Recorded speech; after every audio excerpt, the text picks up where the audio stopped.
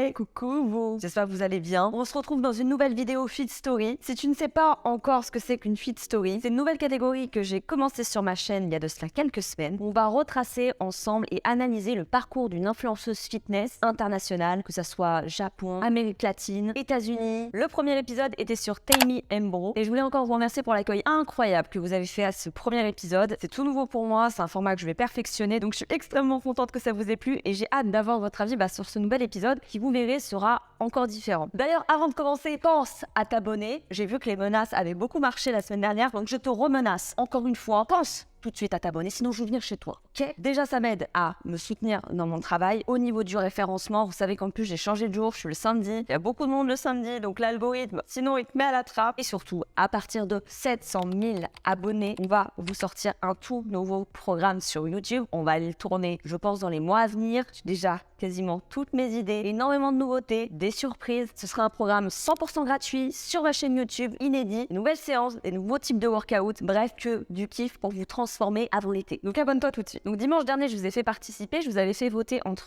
Pamela Reif et Chloé Tinks. Vous avez voté pour Pamela Reif, donc c'est d'elle qu'on va parler aujourd'hui. Alors, petit disclaimer, je vais tout de suite vous rappeler, c'est quelque chose qui m'avait été dit dans la vidéo de Tammy. C'est pas parce que je vais parler d'une influenceuse de manière assez neutre, en tout cas je vais essayer, que je suis forcément pour ou contre son travail, sa personne, ce qu'elle représente et ce qu'elle véhicule. J'essaye de vous amener un storytelling, donc je vais essayer d'apporter un peu plus mon analyse et ma touche personnelle dans cette vidéo-là. Le but, c'est de garder quand même une ambiance assez bienveillante, un contenu assez sympa à regarder, que vous soyez fan ou que vous détestiez la personnalité. On essaye vraiment de garder de la bienveillance et de l'intelligence. En commentaire, s'il vous plaît. On va voir aussi un petit peu plus les coulisses qui se passent dans le milieu du fitness, les choses que peut-être vous ne voyez pas. C'est parti. Pamela, c'est une jeune femme qui a actuellement donc 27 ans, c'est une Allemande. Elle fait 1m65 pour environ 50 kg aux dernières nouvelles. Elle n'est pas coach diplômée, comme ne l'était pas non plus Tammy Mbro, et comme vous verrez pas mal de profils dans le fitness, c'est également mon cas. Elle a ce profil de poupée, même plus de princesse Disney, longiligne, aux cheveux, voilà, de princesse réponse. Elle s'est fait connaître bien avant le confinement. Beaucoup l'ont découvert pendant le confinement, mais elle a commencé sur YouTube il y a des années. Ça a été une des pionnières des vidéos d'entraînement fitness en temps réel sur YouTube. C'est un format hyper international parce qu'on n'a pas de parole, on ne connaît pas la langue de la personne qui nous dispense sa séance. Les infos sont à l'écran avec des formats très courts, entre 3 et 15-20 minutes. Et surtout, ce qui a été marquant au moment où elle a sorti ses premières vidéos il y a de ça 6 ou 7 ans, c'est la qualité de celle-ci. C'était une des premières à faire de l'entraînement home training à la maison au poids du corps. Là où à l'époque, je vous en avais parlé dans d'autres vidéos qui retracent un peu le fitness, on était surtout sur des profils qui partageaient des entraînements en salle, en musculation, des profils un peu plus body. Ça a été une des premières à créer les plannings d'entraînement qui vont être après repris par l'ensemble du fit game français, internationaux, organisant justement ces différentes séances. Si vous avez déjà tapé séance entraînement abdos à la maison, il y a 80% de chances que vous ayez une proposition de Pamela dans le référencement. Elle attire l'œil, forcément, elle est très belle. Après ça, c'est en fonction des goûts et des couleurs de chacun. Moi, personnellement, je trouve que c'est une très belle femme. Et il faut vous rappeler aussi, on en avait parlé dans la vidéo de Tammy, c'est qu'à l'époque, en 2013-2014, lorsqu'elle a commencé ses premiers contenus sur Instagram et sur YouTube, c'était pas du tout la même époque qu'aujourd'hui. C'était pas la même manière de communiquer sur ces réseaux sociaux. Il suffisait simplement de prendre un beau selfie de soi-même devant le miroir, d'être déjà très jolie et très bien foutue, et ça explosait. Son compte Instagram, quant à lui, a commencé en 2012. Les fameuses poses devant le miroir à l'entraînement, celles qu'on a toutes faites, qu'on a toutes vues, toutes connues. D'ailleurs, vous verrez dans la plupart des feed stories, je vais aborder cet aspect d'évolution des réseaux sociaux parce que ça joue énormément sur l'évolution de la personne dont on va parler. Pamela, elle a ce qu'on appelle un profil de base skinny. C'est une jeune femme qui est de nature assez mince, qui partent de cette base-là et qui vont parfois chercher dans le fitness à prendre du poids, voire à prendre des formes, souvent des bras, principalement aussi du booty. Et je vous rappelle que la prise de masse au niveau du booty est également corrélée à la prise de poids ou au taux de masse grasse. Mais ça, on y reviendra un peu plus tard dans la vidéo. On voit que de base, Pamela, et c'est le cas, vous verrez, de beaucoup de profils qui sont devenus un peu hors normes dans le fitness, avaient déjà une base de génétique très avantageuse. Merci papa-maman. Et lorsque ces jeunes femmes qui ont déjà des physiques, on va dire, très exceptionnelles, sans faire de sport, entrent dans le circuit fitness, se développent ou maximisent encore plus leurs points forts ou utilisent déjà leur base acquise, là, on tombe dans parfois des comptes qui explosent extrêmement rapidement, et ça a été le cas de Pamela. Elle a un physique qui intrigue énormément. En 2013, on commence à voir apparaître les premières photos de sport classique après la séance. On voit qu'elle a un physique très intéressant qui a suscité direct l'intérêt d'Internet. Mais comment as-tu fait pour avoir ce corps, Pamela? En combien de temps est-ce que tu as déjà eu ces résultats pour avoir le corps que tu as là en photo à cette époque-là, d'après son compte Instagram? Uniquement, on peut penser qu'elle débutait en tout cas sa première année de muscu. Il y a 2 choses à prendre en compte. Si c'est la première fois qu'elle faisait du sport, les premières années, on peut tout de suite avoir une évolution qui est assez rapide quand on part du point 0. Deuxième chose, on peut dire qu'elle a peut-être pas fait énormément de sport sa première année et que c'est déjà sa base naturelle qui a tant suscité d'intérêt. Vous savez, cet intérêt qu'ont la plupart des femmes pour la minceur, voire l'extrême minceur. C'est quelque chose qu'on retrouvera dans énormément de profils qui sont déjà skinny à la base. On va pas dire qu'elles partent avec un avantage à proprement dit, parce qu'on sait très bien que prendre du poids pour une personne mince est tout aussi parfois difficile que de perdre du poids, mais on va dire que ça joue un avantage dans le milieu du fitness. Nous, comme je vous l'ai déjà expliqué, on a tendance à vouloir absolument que tous les corps soient ultra secs, ultra tracés et très minces. Pas juste minces, très très minces. Profil presque mannequin pour ce qui est de Pamela. Boum, direct en 2013, après seulement quelques mois sur Instagram dans sa première année,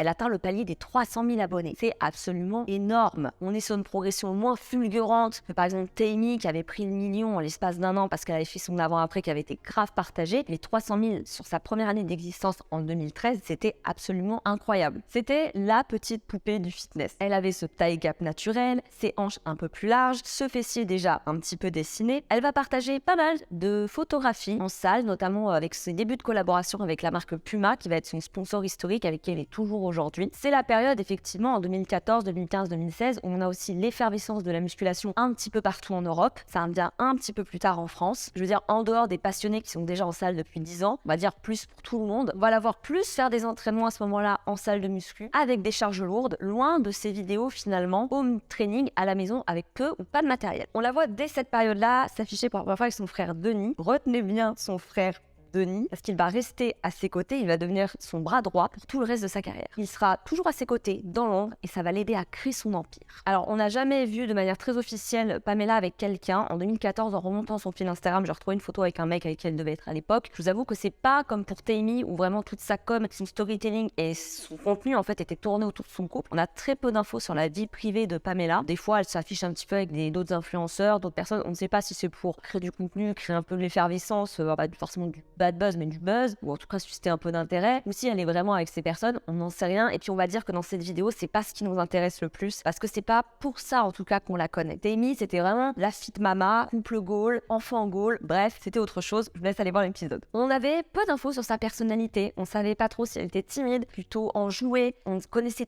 très peu de choses sur elle, c'était tout un mystère, comme je vous l'ai dit à cette époque-là. On s'étalait pas sur les réseaux sociaux comme aujourd'hui, on était obligé de tenir une certaine image, c'était beaucoup plus dans la retenue, dans le contrôle.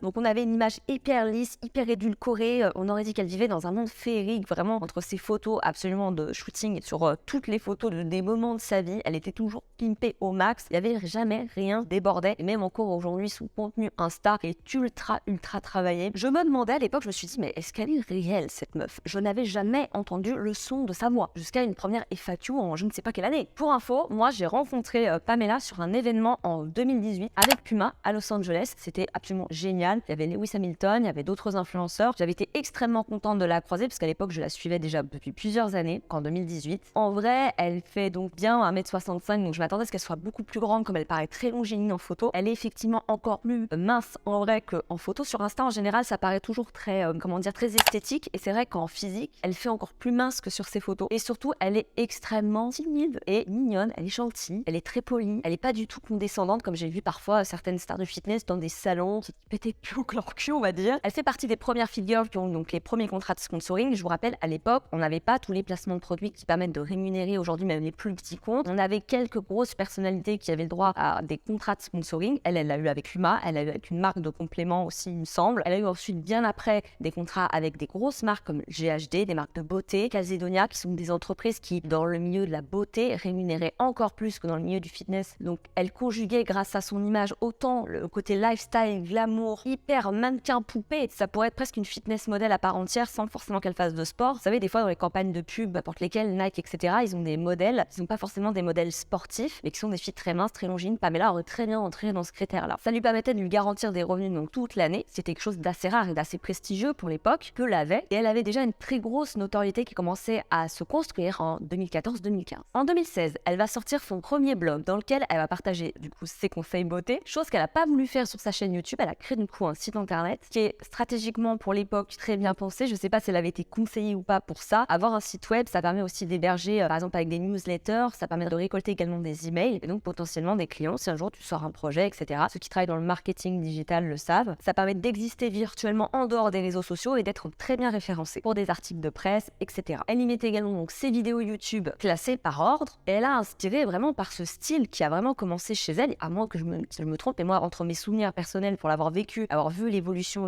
du fitness de l'intérieur, elle a été, on va dire, le pilier central sur lequel tout le monde s'est appuyé dans le fitness par la suite en termes de construction de vidéos sur internet. Tout le monde voulait ressembler à Pamela à cette époque et même encore pire depuis le confinement, on va pas se mentir, c'est devenu la référence de la poupée fitness allemande dont toutes les filles s'inspirent et font les séances. Pendant ces workouts, un cheveu ne dépasse, le make-up est impeccable, le sourire est toujours affiché. Pamela est une intelligence artificielle. Elle cumule très rapidement, vous verrez, des millions d'abonnés sur sa chaîne dès les premières années. Elle crée, donc pas très loin de la création de son blog, son application FitPam, qui était à la base dans une version totalement gratuite, qui était juste là pour faire le relais de ses vidéos YouTube, donc de manière gratuite. Depuis, elle a créé donc des versions payantes dessus. C'est pour ça que les applications ont démarré à l'international bien plus tôt qu'en France. Donc ça s'est surtout démocratisé autour du confinement, les années 2019 à 2021 à peu près. Mais nos consoeurs internationales avaient déjà cette vision de l'appli, là où nous en France, ça a pris plus de temps. Donc bien avant justement la période de quarantaine, Pamela, c'était une star de YouTube. Mais elle restait plutôt dans son coin. On va dire que c'était pas quelqu'un qui se mélangeait à aller faire des feats avec tout le monde. Elle faisait ses petites séances de son côté, elle partageait son contenu, elle faisait son lifestyle, elle se faisait déjà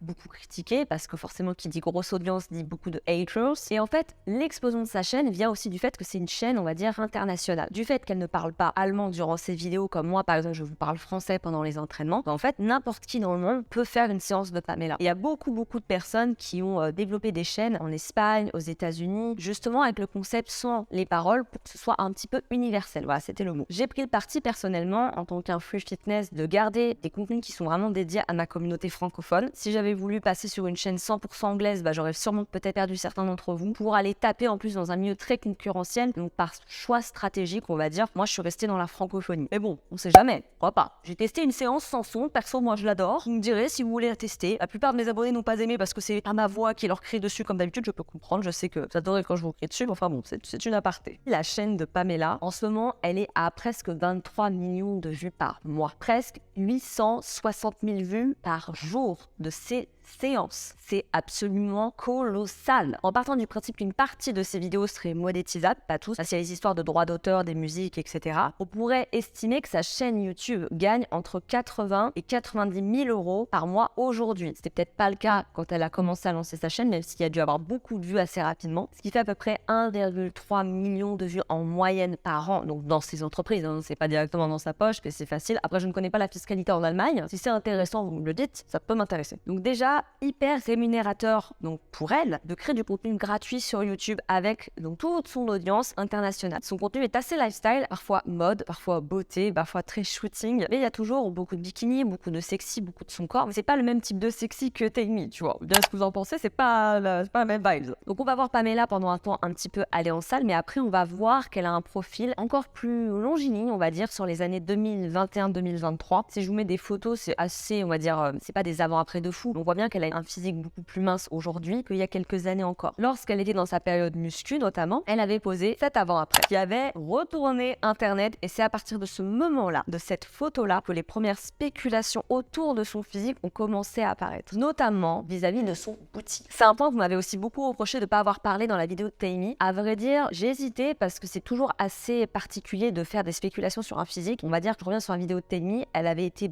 forcément pas mal de temps avec les Kardashians, chose que j'avais pas mis dans la vidéo parce que j'étais pas tombée dessus, j'avais fait des recherches grâce à certains d'entre vous. Elle avait suspicion de BBL, donc transfert de graisse, ventre, fessier. Dans le cas de Pamela, même si bien sûr on voit et on constate une évolution liée au sport, on peut légitimement se demander si son fessier incroyablement développé pour sa masse grasse et le développement de ses cuisses est 100% lié à la muscu et à la génétique. Ou est-ce qu'il y a des implants? Il faut savoir qu'il y a certaines stars du fitness qui font des micro-chirurgies, un peu comme les stars qui disent qu'elles n'ont jamais refait leur visage mais qui ont fait des petites injections par-ci par-là. Dans le milieu du fitness, il y a des micro-chirurgies, des micro-implants qui viennent rajouter au travail déjà existant pour donner une impression un petit peu plus extraordinaire à un physique. Et c'est pas forcément toujours les personnes que vous pensez. C'est très difficile pour le public de pouvoir analyser ce genre de choses, et même parfois par des experts. Rappelez-vous, plus tôt dans la vidéo, je vous expliquais que le développement des muscles se base aussi sur le taux de masse grasse, notamment sur le volume des fessiers. Lorsque je suis en période de sèche, il est tout à fait normal que je ne puisse pas maintenir à 100% le même volume fessier quand j'ai 3, 4, 5 kilos de plus. Tout le monde ne répartit pas la masse grasse de la même manière, mais ça reste quand même que si quelqu'un maigrit et que son routine ne bouge absolument pas, c'est au-delà de la génétique et de l'avantage et du travail. Pas se leurrer. Là, dans ce cas-là, on a une évolution musculaire entre son physique. Il y a déjà de très bonnes bases entre ses débuts en 2013 et 2023. On ne va pas nier non plus le travail de quelqu'un. Ça s'entraîne, ça se voit, elle bouffe des vidéos, elle vous en a fait pendant tous les confinements. On sait qu'elle s'entraîne. Cependant, est-ce qu'elle s'entraîne au point de travailler le volume fessier? Je veux bien que les élastiques à la maison, ça vous ait remusclé vous personnellement, mais attention, on ne peut pas se développer, faire de l'hypertrophie avec des poids de 5 pendant 10 ans ou avec des élastiques. À un moment donné, on sera limité. Et l'effet ultra bombé que vous avez là, il nécessite parfois des charges bien plus lourdes, mais il n'y a pas une explosion de ses quadriceps. Souvent, on développe aussi ses fessiers lorsqu'on développe un petit peu ses jambes, notamment sur des exercices polyarticulaires, le soulevé de terre, le squat, sans forcément faire que des exercices d'isolation. Et sachez que les prothèses, c'est pas aussi flagrant parfois que les seins. Et c'est pas forcément des énormes prothèses. Par exemple, dans le cas de Pamela, ça pourrait très bien être des petites prothèses. Et je vais vous montrer qu'il y en a de différents types. Je vais vous les mettre à l'écran. Il y a plusieurs formes d'implants fessiers. On va appeler ça des prothèses de fesses, rondes, ovales, biconvexes ou oblongues. Il y a également différentes tailles, comprises entre 200 et 500 centimètres cubes. C'est pareil que pour la poitrine. La forme, la taille sont choisies par le chirurgien en fonction des critères principaux, c'est-à-dire le gabarit, la forme d'origine des fessiers du patient. D'autres facteurs, ça peut être aussi si tu t'entraînes ou pas musculairement, le budget bien sûr. Il y a 3 techniques pour poser des implants fessiers. Il y a sous, dans ou sur le muscle du grand fessier. L'avantage de le mettre derrière le muscle, c'est que c'est moins visible. Les prothèses, c'est un sujet très épineux dans le fitness qui est différent encore des prothèses de sein. La poitrine, tu peux pas la modifier avec la musculation. Tu peux faire tout le développé et couché que tu veux, tu peux pas. Les fessiers, tu peux les travailler en muscu, mais tu es limité par ta génétique et ton max naturel. Les implants, en quoi c'est problématique, si c'est le cas de Pamela ou de n'importe qui, c'est qu'on va vendre un physique, on va vendre des exercices en disant que tu vas avoir le résultat d'une chirurgie grâce à un entraînement. C'est plutôt ça qui est problématique. Pour Pamela, c'est impossible de se prononcer concrètement parce qu'il y avait quand même une base lors de ses premières photos. Cependant, on voit qu'il y a aussi le travail de la pose, on fait toutes.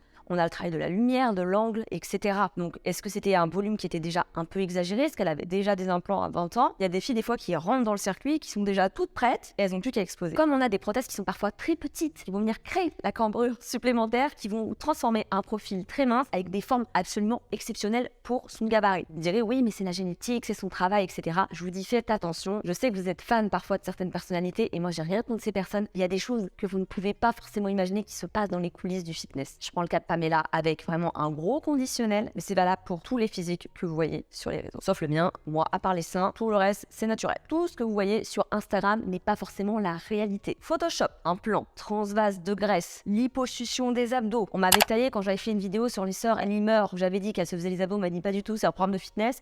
Il y avait un article de leur chirurgien qui avait expliqué qu'elle s'était fait opérer. Ah, à un moment donné, moi je dis ça, je dis pas ça pour rien. Puis arrive 2020 et le premier confinement. Nous sommes en guerre.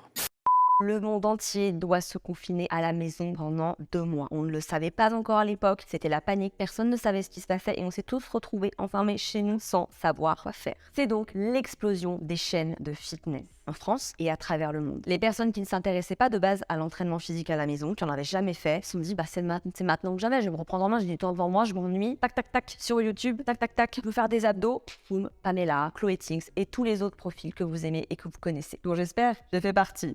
Pour ceux qui connaissent un petit peu mon travail, avec Thibaut, mon conjoint, on a créé les tout premiers fitness en live en 2017 en France, puis que j'ai développé sur ma chaîne en vidéo, un peu comme Pamela, à partir de 2018-2019. Toutes les fit girls en général, beaucoup de live, beaucoup d'entraînement maison. Et comme elle était sur un profil international, comme je vous l'ai dit, très universel, ça a encore plus explosé sur sa chaîne. Elle était déjà à 4 millions. En l'espace de 2 mois, elle est passée à 6 millions 6 d'abonnés sur YouTube. Son compte Instagram aussi a explosé. Forcément, ce que l'intéresse, c'est transvaser d'un réseau à l'autre. Les 2 pics qu'elle a eu, ça a été vraiment sur le mois de mars 2020 et sur le mois de janvier 2021. Ça a été depuis l'influenceuse fitness que le monde entier s'arrache. Allant de Jason Derulo à tous les petits TikTokers, les YouTubers, les influenceurs, tout le monde voulait Pamela. Et tout le monde veut toujours Pamela. Il n'y a pas vraiment de drama autour d'elle, comme je vous l'ai dit, elle bosse, ça bosse. En coulisses, comme je vous l'expliquais, son frère est toujours là. C'est lui qui la filme et qui la photographie de manière, on va dire, très très professionnelle aux quatre coins du monde. Ils partent partout en voyage ensemble et puis je crois que sa mère, ses parents sont impliqués dans la gestion de ses entreprises. En tout cas, souvent les premières personnes qui t'entourent,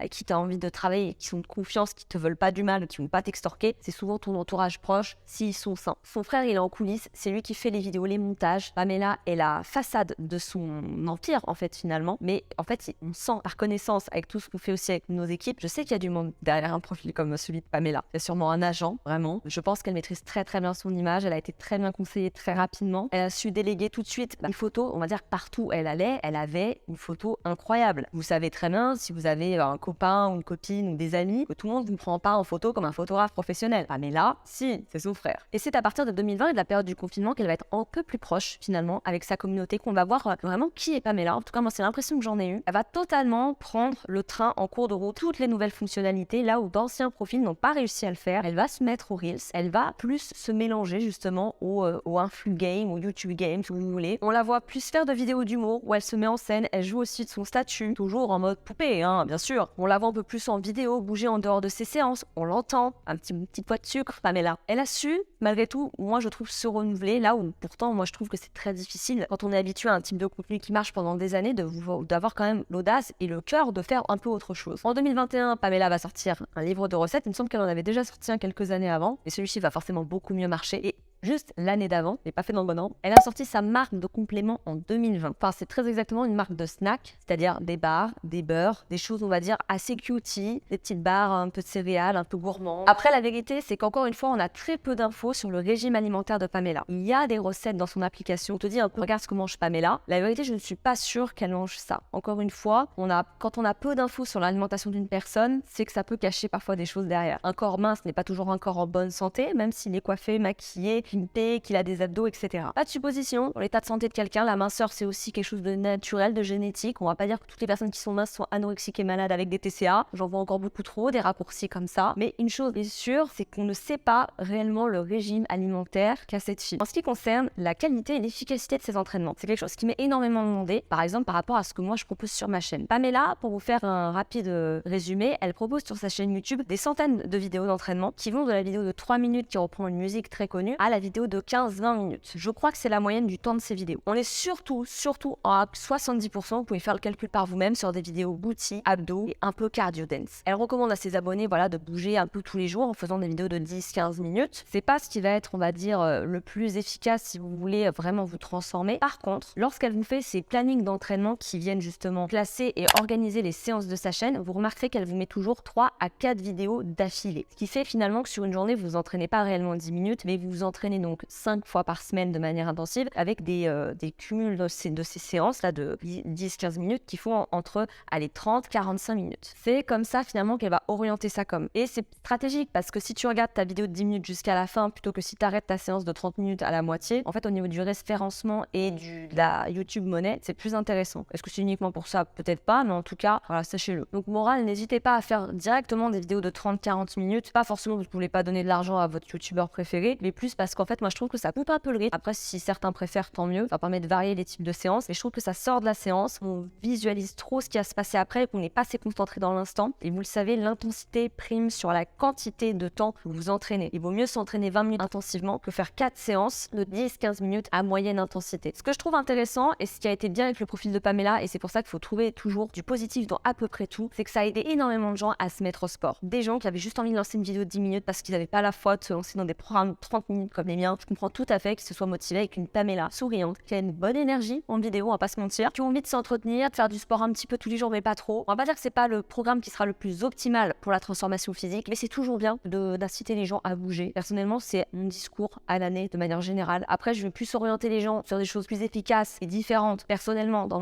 ma manière de coacher avec Thibaut, mais après voilà, ça c'est un choix de chacun. Le but c'est que vous trouviez toujours de quoi faire du sport de manière fun et ludique. Le sport, ça peut prendre plein de formes. Ça peut être des vidéos 15 minutes de Pamela, Ça peut être aller marcher, ça peut être aller faire du yoga 4 fois par semaine, du pilates, ça peut être faire du fitness, de la musculation en salle. De manière très isolée, si vous faites des vidéos de 10 minutes tous les jours, ça a peu d'intérêt. Vaut mieux sincèrement, si vous voulez vraiment des gros résultats, pas forcément juste vous divertir ou passer le temps, faire 4 à 5 grosses séances intensives par semaine que 10-15 minutes tous les jours. Ça, c'est plus intéressant par contre pour le yoga, de pratiquer un petit peu tous les jours des petites brides de choses. Moins dans le fitness pour la transformation esthétique. Ok, on voit que ces vidéos sont très orientées sur un public qui est assez féminin. Je pense que c'est son cœur si on devait faire analyser sa chaîne, parce que le type de séance qui est proposé et celui de son audience, on voit que c'est choisi pour plaire en grande majorité. Ce qui manque un petit peu sur sa chaîne, à mon sens, de mon avis, vous savez combien j'adore ça, c'est les séances upper body et pas juste des petites séances bras sexy de 15 minutes qui vont pas faire grand chose. Là, ça manque un peu de renfort global, un peu plus long, mais si c'est son style, après tout, pourquoi pas. Il y a plein d'autres chaînes de fitness qui proposent des séances beaucoup plus longues et de renfort aussi. Donc il en faut pour tous les goûts. Mais ça se voit que c'est pas orienté coaching, c'est orienté presque fitness divertissement. T'es là un peu pour passer un bon moment, tu fais de la dance. Il y a des filles, je pense qu'elles se sont très bien transformées avec les vidéos de Pamela, ça j'en ai absolument aucun doute. Mais je pense que c'est important d'éduquer son audience sur comment le fait d'équilibrer une silhouette, c'est important de travailler le dos, les bras, les épaules, les biceps et triceps et pas que sous le booty, ses abdos. Mais ça après aussi c'est au consommateur de faire ses choix quoi. Mais pour de l'entraînement poids du corps maison, les séances sont construites de manière classique. Là il y a rien de spécial à dire. Ceux qui critiquent vraiment que la structure des entraînements c'est vraiment de la mauvaise foi parce que c'est toujours tout pareil de toute manière chez les coachs en salle que chez Pamela sur internet, c'est la même sauce. En tout cas vous n'aurez jamais non plus le physique très spécifique de Pamela avec ses entraînements maison. Voilà, tout simplement parce que vous allez avoir vos propres résultats avec ces entraînements là et sur les entraînements YouTube de manière générale, mais jamais vous allez avoir le corps exact de quelqu'un parce qu'on sait très bien que Pamela elle n'a pas eu ce corps parce qu'elle faisait ce type d'entraînement. Et peut-être elle est en salle, elle a peut-être fait des gros régimes restrictifs, peut-être qu'elle est mince de nature. Et ce que je veux dire, ça n'enlève pas par contre que c'est comme beaucoup d'influenceurs et c'est aussi ça le but de l'influence, c'est de motiver les gens, leur donner envie de passer à l'action. On peut critiquer le côté paillettes, on en a tous un, mais c'est ce qui donne envie à certaines personnes de sauter le pas et pour ça on peut pas lui enlever. En tout cas, il y a énormément de travail derrière le profil de Pamela. J'ai essayé de brosser sans vous faire une vidéo non plus qui dure 45 minutes, celle-ci est déjà longue. Je suis désolée, j'ai passé un excellent moment avec vous. J'espère que cette vidéo vous a plu, qu'elle était complète. N'hésitez pas à me dire vraiment ce que vous en avez pensé en commentaire. J'ai essayé d'y mettre un peu plus d'avis, un peu plus de piquant. Si vous aimez Pamela, tant mieux. Si vous ne l'aimez pas, tant mieux aussi. Le but c'est de vous faire découvrir des profils, d'analyser un petit peu le milieu du fitness avec mon regard à moi. Dites-moi dans les commentaires si vous connaissiez ou pas Pamela. Moi je vous fais plein de gros bisous, passez un excellent week-end et nous on se retrouve dès la semaine prochaine. Ciao ciao.